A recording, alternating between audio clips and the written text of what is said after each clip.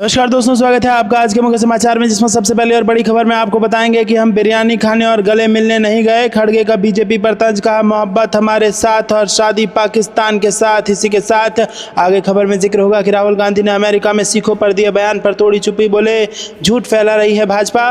खबर में आगे जिक्र होगा कि अपराधियों को संरक्षित कर बिहार वासियों की जान के साथ खेल रही है एनडीए सरकार, तेजस्वी यादव ने लगाए गंभीर आरोप। खबर में आगे आपको बताएंगे कि जयंत चौधरी के कार्यक्रम में प्रोटोकॉल को लेकर बवाल, योगी सरकार के दो मंत्री आपस में भिड़े। और इसी के साथ आगे जिक्र होगा कि कुरुक्षेत्र में किसान महापंचायत, किसानों का बड़ा ऐलान, 3 अक्टूबर को देश भर में करेंगे रेल ट्रैक जाम। दोस्तों, इसी प्रकार की तमाम बड़ी खबरें आपके लिए लेके आए हैं, लेकिन उससे पहले आपसे निवेदन की कृपया करके वीडियो को कीजिए लाइक और चैनल को सब्सक्राइब करके बेल आइकन दबाकर कमेंट में लिखे जय हिंद। रुक करते हैं सबसे पहली और बड़ी खबर की तरफ। हम बिरयानी खाने और गले मिलने नहीं गए। खड़गे का बीजेपी पर तंज, कहा मोहब्बत हमारे साथ और शादी पाकिस्तान के साथ। जी हां दोस्तों, आपको बता दें कि कांग्रेस ने पाकिस्तान के साथ फिर से बातचीत शुरू करने के आरोप को लेकर भाजपा पर पलटवार किया है। कांग्रेस अध्यक्ष मल्लिकार्जुन खड़गे ने शनिवार को जम्मू में मीडिया को संबोधित करते हुए कहा कि पीएम मोदी और केंद्रीय गृह मंत्री अमित शाह ने जो भी कहा है कि कांग्रेस पाकिस्तान के साथ बातचीत फिर से शुरू करना चाहती है, ये सब झूठ है, ये मुद्दे को भटकाना चाहते हैं। खड़गे ने कहा कि हम कभी बिरयानी खाने और उनसे गले मिलने नहीं गए। भाजपा पर तंज कसते हुए कांग्रेस अध्यक्ष ने कहा कि मोहब्बत हमारे साथ और शादी पाकिस्तान के साथ है उनकी। गौरतलब है कि इससे पहले गृह मंत्री अमित शाह ने एक रैली में कांग्रेस पर निशाना साधते हुए कहा था कि वो पाकिस्तान के साथ बातचीत फिर से शुरू करना चाहती है। रुक करते हैं ब्रेकिंग न्यूज़ की तरफ। राहुल गांधी ने अमेरिका में सिखों पर दिए बयान पर तोड़ी चुप्पी, बोले झूठ फैला रही है भाजपा। जी हां दोस्तों, कांग्रेस सांसद और लोकसभा में विपक्ष के नेता राहुल गांधी ने हाल ही में अमेरिका यात्रा के दौरान सिखों पर की गई टिप्पणी पर भारतीय जनता पार्टी की तरफ से हो रही कड़ी आलोचना पर चुप्पी तोड़ी है। राहुल गांधी ने सोशल मीडिया प्लेटफॉर्म एक्स पर एक पोस्ट में कहा कि भाजपा झूठ का सहारा ले रही है। राहुल गांधी ने पोस्ट किया कि हमेशा की तरह भाजपा झूठ का सहारा ले रही है, वो मुझे चुप कराने के लिए बेताब है क्योंकि वो सच बर्दाश्त नहीं कर सकते, लेकिन मैं हमेशा उन मूल्यों के लिए बोलूँगा जो भारत को परिभाषित करते हैं, विविधता में हमारी एकता, समानता और प्रेम। वहीं दोस्तों, राहुल गांधी ने पोस्ट में ये भी पूछा कि क्या उनकी टिप्पणी में कुछ गलत था। उन्होंने आगे लिखा कि मैं भारत और विदेश में रहने वाले हर सिख भाई और बहन से पूछना चाहता हूँ कि क्या मैंने जो कहा उसमें कुछ गलत है। क्या भारत ऐसा देश नहीं होना चाहिए जहाँ हर सिख और हर भारतीय बिना किसी डर के अपने धर्म का स्वतंत्र रूप से पालन कर सके। रुक करते हैं ब्रेकिंग न्यूज़ की तरफ। अपराधियों को संरक्षित कर बिहार वासियों की जान के साथ खेल रही है एनडीए सरकार, तेजस्वी यादव ने लगाए गंभीर आरोप। जी हां दोस्तों, बिहार विधानसभा में विपक्ष के नेता तेजस्वी यादव इन दिनों भ्रष्टाचार और बढ़ते अपराध को लेकर सरकार पर हमलावर हैं।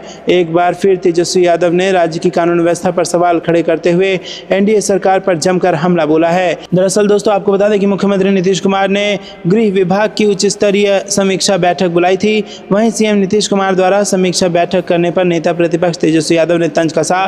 तेजस्वी यादव ने रविवार को अपने आधिकारिक एक्स अकाउंट पर लिखा कि कानून व्यवस्था पर मुख्यमंत्री हर बार उच्च स्तरीय समीक्षा बैठक करने की सिर्फ औपचारिकता पूरी करते हैं। नीतीश जी का इकबाल यह है कि प्रदेश में ऐसी प्रत्येक समीक्षा बैठक के बाद अपराध में और अधिक वृद्धि होती है, क्योंकि अधिकारी एवं अपराधी भी ऐसी आडंबरपूर्ण बैठकों की असलियत जानते हैं। अधिकारी भी जानते हैं कि जब विपक्ष का दबाव बढ़ता है तो दिखावे व फॉर्मेलिटी के लिए सीएम अचानक ऐसी बैठक बुला लेते हैं। विधि व्यवस्था पर मुख्यमंत्री जी कितने गंभीर हैं। तेजस्वी यादव ने आगे लिखा कि ऐसी समीक्षा बैठक का क्या फायदा और औचित्य जिसमें राज्य के डीजीपी, मुख्य सचिव और एडीजी भी उपस्थित न रहें। रुक करते हैं अगली ब्रेकिंग न्यूज़ की तरफ। जयंत चौधरी के कार्यक्रम में प्रोटोकॉल को लेकर बवाल, योगी सरकार के दो मंत्री आपस में भिड़े। जी हाँ दोस्तों, आपको बता दें कि मुजफ्फरनगर में केंद्रीय कौशल विकास मंत्री और आरएलडी अध्यक्ष जयंत चौधरी के राजकीय आईटीआई कॉलेज के उद्घाटन कार्यक्रम में यूपी सरकार के दो मंत्री आपस में भिड़ गए। इसका वीडियो इंटरनेट पर तेजी से वायरल हो रहा है। जब दोनों मंत्री में किसी बात को लेकर कहासुनी हो रही थी तो उस समय केंद्रीय कौशल विकास मंत्री जयंत चौधरी मंच से भाषण दे रहे थे। सूत्रों के अनुसार प्रोटोकॉल को लेकर मंच पर दोनों मंत्री में तीखी बहस हुई। वायरल वीडियो में देखा जा सकता है कि यूपी सरकार के कैबिनेट मंत्री अनिल कुमार और राज्य मंत्री कपिल देव में किसी बात को लेकर बहस हो रही है और इसके कुछ समय बाद अनिल कुमार राज्य मंत्री कपिल देव के पास से उठकर अलग जा करके बैठ जाते हैं। योगी सरकार में रालोद कोटे से अनिल कुमार कैबिनेट मंत्री हैं। दोस्तों, रुक करते हैं अगली ब्रेकिंग न्यूज़ तरफ। हरियाणा में अपराधियों का सफाया करेंगे। रोहतक में भूपेंद्र हुड्डा ने भाजपा पर जमकर बोला हमला। जी हां दोस्तों, आपको बता दें कि पूर्व मुख्यमंत्री भूपेंद्र सिंह हुड्डा ने कहा कि भाजपा के 10 वर्ष में हरियाणा अपराध और नशे में नंबर 1 बन गया है। प्रदेश का कोई भी वर्ग खुद को सुरक्षित नहीं समझता है। कांग्रेस सरकार के दौरान प्रदेश से आपराधिक पलायन कर गए थे। अब फिर से कांग्रेस पार्टी की सरकार बनते ही अपराधियों और नशे का सफाया कर देंगे।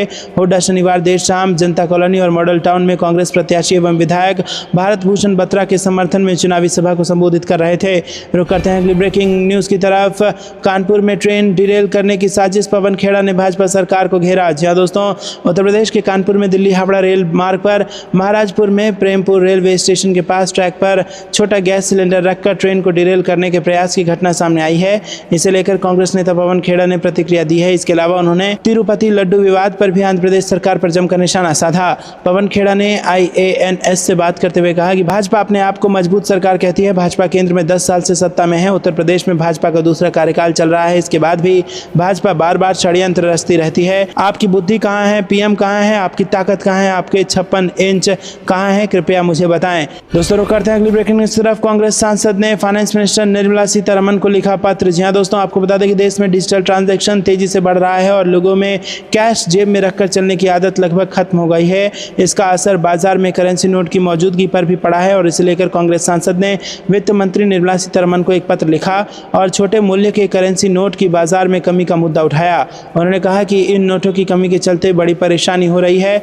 दोस्तों आपको बता दें कि कांग्रेस सांसद मणिकम टैगोर ने केंद्रीय वित्त मंत्री निर्मला सीतारमण को पत्र लिखकर कम मूल्य वाले करेंसी नोट को भारी कमी की ओर उनका ध्यान आकर्षित किया है। उन्होंने अपने पत्र में लिखा कि 10 रुपये, 20 रुपये और 50 रुपये के नोट अब बाजार में कम ही दिखाई दे रहे हैं और इससे खासतौर पर ग्रामीण क्षेत्रों और शहरी गरीब समुदायों को असुविधा और परेशानी का सामना करना पड़ रहा है। कांग्रेस नेता ने इस संबंध में एक सोशल मीडिया पोस्ट भी किया। इसके साथ वित्त मंत्री को 17 सितंबर को भेजे गए पत्र की फोटो भी शेयर की है। इसमें तमाम रिपोर्ट्स का हवाला देते हुए उन्होंने लिखा है कि भारतीय रिजर्व बैंक ने UPI और डिजिटल ट्रांजैक्शन को प्रमोट करने के लिए 10, 20 और 50 रुपये के नोटों की छपाई बंद कर दी है। इससे ग्रामीण क्षेत्रों और शहर में रहने वाले गरीब समुदाय के ऐसे लोगों को परेशानी उठानी पड़ रही है जिनके पास डिजिटल पेमेंट का एक्सेस नहीं है। रुक करते हैं अगली ब्रेकिंग न्यूज की तरफ। अखिलेश यादव बोले लंबी लड़ाई लड़ने जा रहा PDA, उपचुनाव में सभी सीटें हारेगी BJP। जी हां दोस्तों, सपा अध्यक्ष और पूर्व मुख्यमंत्री अखिलेश यादव ने कहा कि PDA बड़ी लड़ाई लड़ने जा रहा है। PDA सबको साथ लेकर चलने का काम करेगा। भाजपा विधानसभा उपचुनाव में सभी 10 सीटें हारेगी। इसके बाद भाजपा विधानसभा का चुनाव भी हारेगी और इनकी कुर्सी छिनना तय है। अखिलेश यादव ने जारी बयान में कहा कि भाजपा हार से डरी हुई है। ये BLO को हटा रहे हैं। जाति के आधार पर BLO की तैनाती हो रही है। जाति के आधार पर SDM और अन्य अफसर तैनात हो रहे हैं। उन्होंने कहा कि भाजपा सरकार में भ्रष्टाचार चरम पर है। थाने और तहसील से लेकर हर स्तर पर बड़े पैमाने पर भ्रष्टाचार हो रहा है। सपा अध्यक्ष ने कहा कि ये सरकार हर मोर्चे पर फेल है। किसानों को फसलों का वाजिब दाम नहीं मिल रहा है, नौजवानों को रोजगार नहीं मिल रहा है और उनका भविष्य अंधकारमय है। रुक करते हैं अगली ब्रेकिंग न्यूज की तरफ। महाराष्ट्र और झारखंड विधानसभा चुनाव की हलचल शुरू। अगले हफ्ते दोनों राज्यों के दौरा करेगा चुनाव आयोग। जी हां दोस्तों, इलेक्शन कमीशन ने महाराष्ट्र और झारखंड विधानसभा चुनाव की तैयारियां तेज कर दी हैं। चुनावी प्रक्रिया को आगे बढ़ाते हुए आयोग अगले हफ्ते में दोनों राज्यों का दौरा करेगा। सूत्रों की माने तो चुनाव आयोग की टीम पहले झारखंड का दौरा करेगी, फिर महाराष्ट्र जाएगी। आयोग के सूत्रों के मुताबिक मुख्य निर्वाचन आयुक्त अपने दोनों साथी आयुक्तों और अन्य आला अधिकारियों के साथ 23-24 सितंबर को झारखंड जाएंगे। झारखंड के दौरे के तुरंत बाद आयोग 27-28 सितंबर को महाराष्ट्र का दौरा करेगा। सूत्रों का यह भी कहना है कि नवंबर के दूसरे या तीसरे हफ्ते में दोनों राज्य में मतदान का कार्यक्रम तय किया जा सकता है। निर्वाचन आयोग सूत्रों के मुताबिक चुनावी कार्यक्रम का ऐलान दशहरे के बाद वाले हफ्ते में हो सकता है। रुक करते हैं ब्रेकिंग न्यूज की तरफ। बाढ़ की स्थिति पर ममता बनर्जी ने PM मोदी को फिर लिखी चिट्ठी। कहा DVC से पानी छोड़ने का फैसला एक तरफा। जी हां दोस्तों, पश्चिम बंगाल के दक्षिणी क्षेत्र में बाढ़ की स्थिति को देखते हुए मुख्यमंत्री ममता बनर्जी ने एक बार फिर प्रधानमंत्री मोदी को चिट्ठी लिखी। उन्होंने चिट्ठी में बताया कि DVC से पानी छोड़ने का फैसला एक तरफा लिया गया है। दरअसल दामोदर घाटी निगम के बैरेज से पानी छोड़े जाने के कारण दक्षिण बंगाल में बाढ़ आ गई है। मौजूदा हालात को देखते हुए गुरुवार को CM ममता बनर्जी की सरकार ने बंगाल झारखंड सीमा पर बैरिकेडिंग कर मालवाहक वाहनों के प्रवेश पर रोक लगा दी थी। हालांकि 24 घंटों के बाद ही अंतर्राज्यीय व्यापार के लिए सीमा को एक बार फिर से खोल दिया गया था। ममता बनर्जी ने बाढ़ पर चिंता व्यक्त करते हुए PM मोदी को पहले भी वो चिट्ठी लिख चुकी हैं। रुक करते हैं अगली ब्रेकिंग न्यूज की तरफ। सोनीपत में भूपेंद्र हुड्डा ने 11 जनसभा को किया संबोधित। कहा BJP ने किया सौतेला व्यवहार। जी हां दोस्तों, कांग्रेस के पूर्व CM भूपेंद्र सिंह हुड्डा ने विधानसभा चुनाव को लेकर सोनीपत की 3 विधानसभा क्षेत्रों में 11 जनसभाओं को संबोधित किया और इस दौरान उन्होंने BJP पर जमकर निशाना साधा और कहा कि BJP सरकार ने सोनीपत की जनता को अपना न समझते हुए उनके साथ सौतेला व्यवहार किया है। BJP पार्टी के 10 सालों के शासन के दौरान विकास कार्य ठप हो गए हैं और इसके साथ ही उन्होंने दावा किया है कि जब प्रदेश में कांग्रेस की सरकार थी तो सोनीपत जिला और पूर्व राज्य विकास कार्यों में आगे बढ़ा रहा था। तो दोस्तों ये थी दिन भर की सारी जरूरी और बड़ी खबरें। जाने से पहले आप वीडियो को लाइक और चैनल को सब्सक्राइब करके बेल आइकन दबाकर कमेंट में जय हिंद जरूर लिखिएगा। अभी के लिए इतना ही। जय हिंद, जय भारत।